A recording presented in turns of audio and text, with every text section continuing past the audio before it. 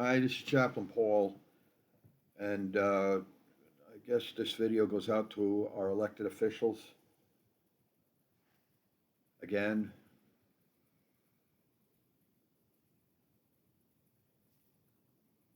your primary responsibility is to make sure that laws are enforced, especially laws that protect the public health and safety and well-being, and to defend our rights. How do you do that? By speaking out publicly in defense of our rights that are being violated, not enforced, trampled on, pissed on, taken advantage of, violated. Speaking out publicly, having town hall meetings, calling for public hearings that address strengthening and enforcing and upholding, defending, protecting our rights.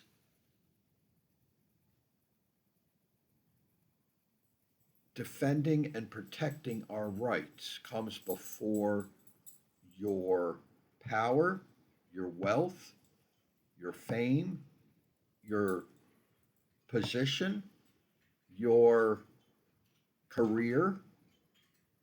It comes before your health and even your life, especially when you're elected into public office. That is your primary responsibility to make sure laws are being enforced and our rights are being protected. Okay? Not this attitude of the minimum, not this attitude of party loyalty to the point where nothing gets done, not this attitude of this is some kind of a social feel good gathering or a high school, what do you call it, student council meeting or election. People are wasting away and dying in these facilities. During COVID, our elected officials were screaming, not all of them, but there were people across this nation that everybody needs to be vaccinated, that patients need to be separated and put in isolation. Those two things right there were a violation of our constitutional rights, civil rights, patients' rights, and human rights. It violated that. You say, well, Paul, you have to protect the public, so everybody needs to get vaccinated. Well, first of all, there was not any testing done by a third party lab that is reliable and trustworthy to see what's in that to see what's in there, to make sure there's no harmful additives or spike proteins or other things that are going to cause uh, added health problems down the road, like has happened to people that I know and patients that I love that died after getting injected. Okay, so and then locking them away in isolation. This was the great idea to protect them. Who's protecting them from abusive staff, neglect, abuse, and mistreatment, and other mentally ill, violent patients, especially if a mentally ill, violent patient happens to be your roommate? It is family and friends and clergy that are in those rooms to be the eyes and ears to help to uh, make sure that the staff is doing their job, making sure that the patients are being changed in a timely manner. When all that was stripped away, the patients were at the mercy of the facility. So, what are you supposed to do in a situation like that? You're supposed to make accommodations. If there's uh, a, a man-made natural disaster or pandemic, that type of thing, uh, yeah, you could suspend our rights for a very short time, not indefinitely. You could say, okay, we're going to have to get a lid on this. So for a week, we're going to have to just stop all visits until we can figure out a way to do this in a way that's orderly and is safe. And then it's our elected officials' job in working with the healthcare companies and agencies to figure out a way to accommodate our rights. Not just say, okay, no, it's too hard. Let's just kick all the people out and let the people sit in a room for a year and rot. because that's what happened. It's disgraceful. It is absolutely disgraceful that we have rights, and I'll put them below again, constitutional, civil, patients, and human rights that are being violated every single day. They're not being enforced in Arizona. You swore an oath of office to defend our rights and to make sure laws are enforced, and you're not doing it. It's not being done. Nobody's speaking out about this because nobody wants to take accountability for this colossal failure. It's disgraceful. It really is.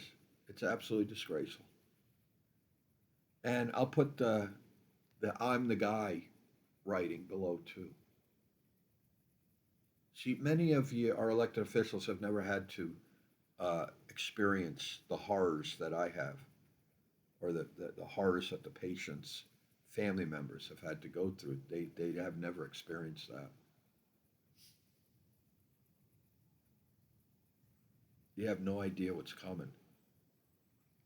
You go into these facilities and you're at their mercy. And once you're in there, especially if you need any type of life support, it's damn near impossible to get out. And the cost is crushing. Poor Al, whose wife died all alone in isolation during COVID, he had to pay $2,000 a month out of pocket, even though he had insurance. $2,000 a month, plus all the extras that's needed. Because the food is unhealthy processed pig slop, most of it. So buying the extra food, the gas, going back and forth to the facility, time off of work to sit with his poor wife. Just like Dave, this guy Dave, his daughter OD'd and was semi-coma. She was only in her 20s. That man sat with his daughter every single day. And why? Because once you're hooked up to that vent, the patients are more docile.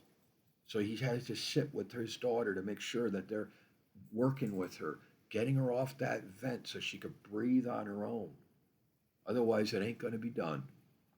Making sure she's changed in a timely manner, making sure to prevent, to be inspected, as her father had to check her for bed sores. Can you imagine? Constantly making sure that there's no medical mistakes, making sure that the whatever medical care that she was receiving was accurate, making sure that there's no medical mistakes where the medication is concerned. How many times patients get the wrong medication or too much, or not enough, or medications too close together?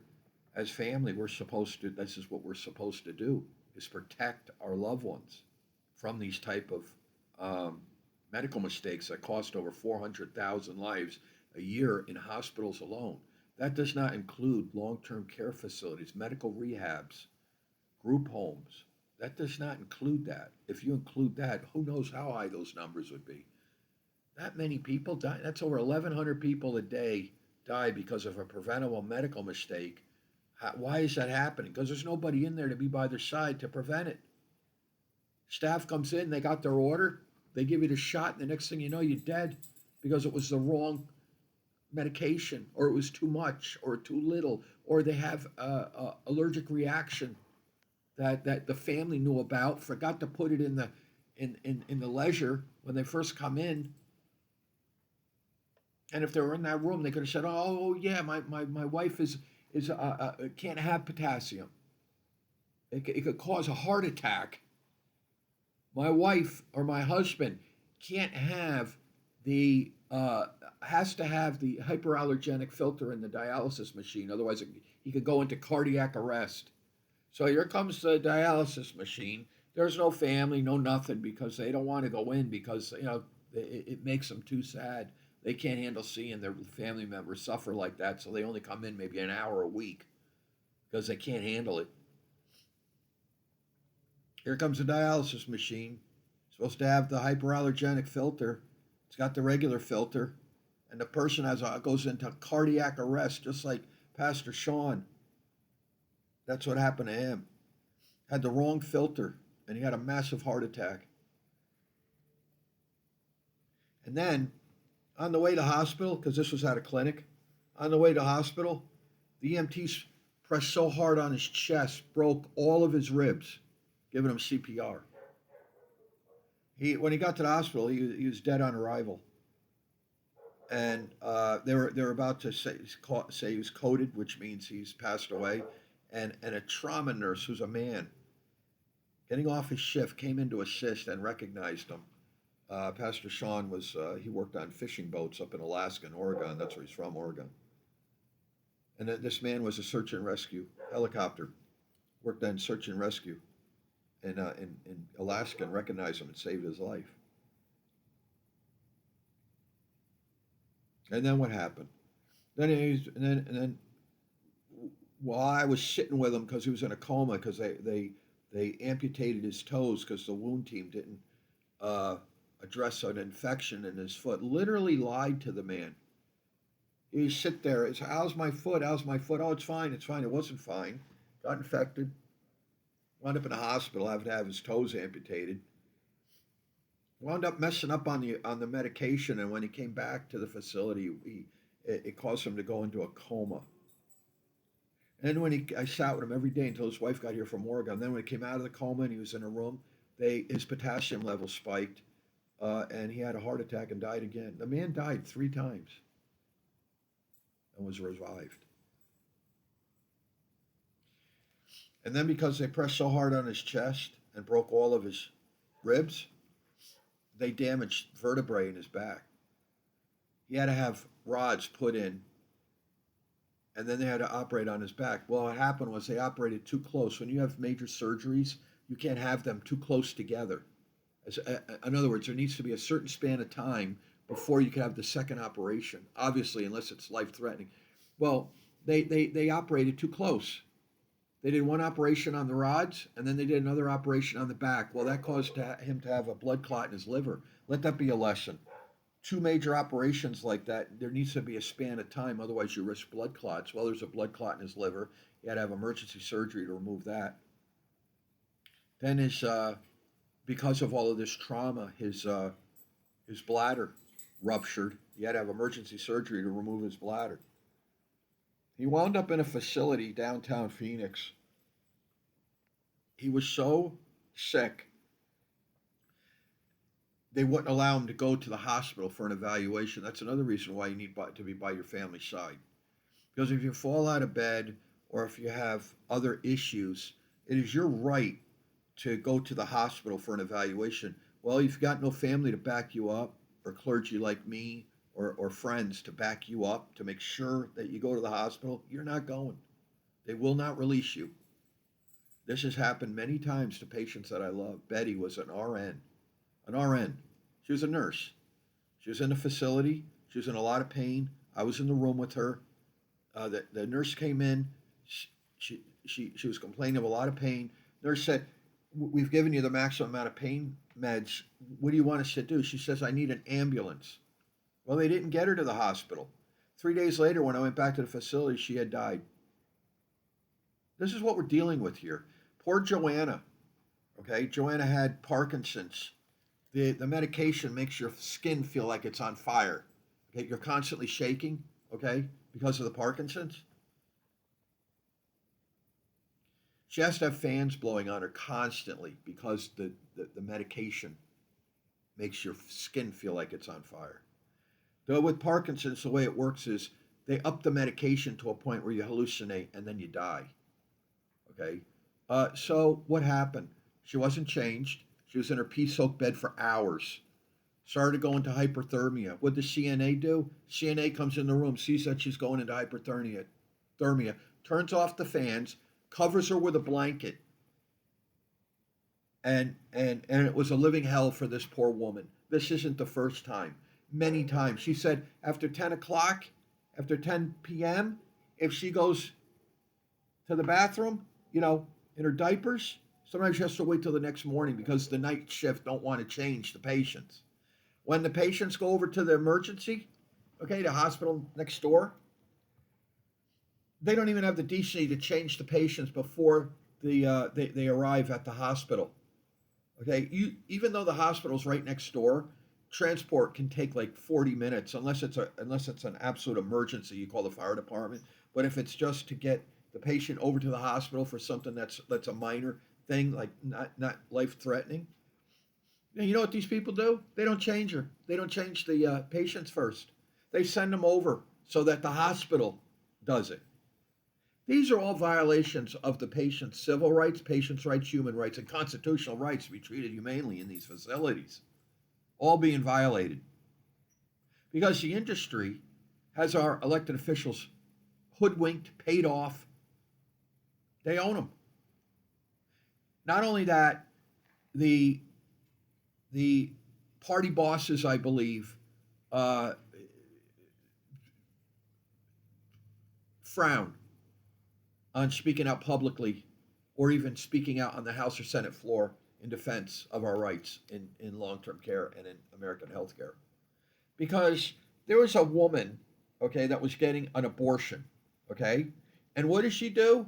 She goes and speaks out about it on the Senate floor of the Arizona Senate, okay? And yet, not one elected official will speak out on the Senate or House floor in defense of these poor people in long term care that I know of. If you have, I apologize. I just haven't know of any that have ever done that. Probably there have been some. And I'm not talking about if you craft legislation and then you're speaking out in support of that legislation that happens to deal with these issues. What I'm talking about is if if a member of your family was treated half as bad, waiting all night long to be changed, manhandled, talked rudely to, not cleaned properly, not getting the proper care, uh, being left in your pea soaked bed all night long, going into hyperthermia, in massive pain, falling out of bed, and you want to go to the hospital to have x-rays to see if you have any fractures, and you're denied. Well, what happened with Pastor Sean back at that other facility? His wife was there. His wife called 911. The EMTs came. They said if she hadn't done that, he would have died. That's what it took in order to get this man to the hospital to get proper care. It took his wife to be on site, put her foot down because they were saying, no, he can't go to the hospital. Call the police, call the fire department, and then have the fire department make that judgment call and then get him to the hospital. Alexa, stop timer. 1 hour timer stopped on Cheryl's third echo dot. Alexa, set timer for 20 minutes. 20 minutes, starting now. Come and see how these poor people are being treated. Read the rights that I have listed below and the Audit General's 2022 audit of our health services. There are reforms in that audit that the legislature is supposed to adapt and put and implement and have not been done yet. On page 14, there's a direct recommendation that the legislature is to create a task force to hold our health services accountable. Hasn't been implemented yet. There's so much misery. There's a total lack of enforcement. There's no one going in nights or weekends, like I explained in my other video. There's only one inspection a year. Chaplains are not required in long term care facilities, medical rehabs. They're not required, but they're required in hospitals and prisons. The statute needs to be changed back. Long term care lawsuits are no longer being awarded attorney's fees. That takes the money right out of the equation for basic forms of neglect, abuse, and mistreatment. And so you can't get an attorney. You can't do nothing. So where are we at? What do we do when laws, federal laws that protect the safety and well-being and health of millions of people are ignored and not enforced? What are we supposed to do as a nation, a state, and a people? What are we supposed to do? Well, we're supposed to call our elected officials out and tell them it's not about your career, your power, your wealth, your health. It's not about you. It's not about party loyalty. It's not about the benefits you receive. It's not about your reputation. It's about protecting the people that you serve by making sure laws are enforced and our rights are protected. That's what it's about. And if you're not willing to do that, then you need to resign. You need to step aside and let somebody else in there that has the decency, the integrity, the will, the godly wisdom, the courage, the honesty, the backbone, the stomach to do so.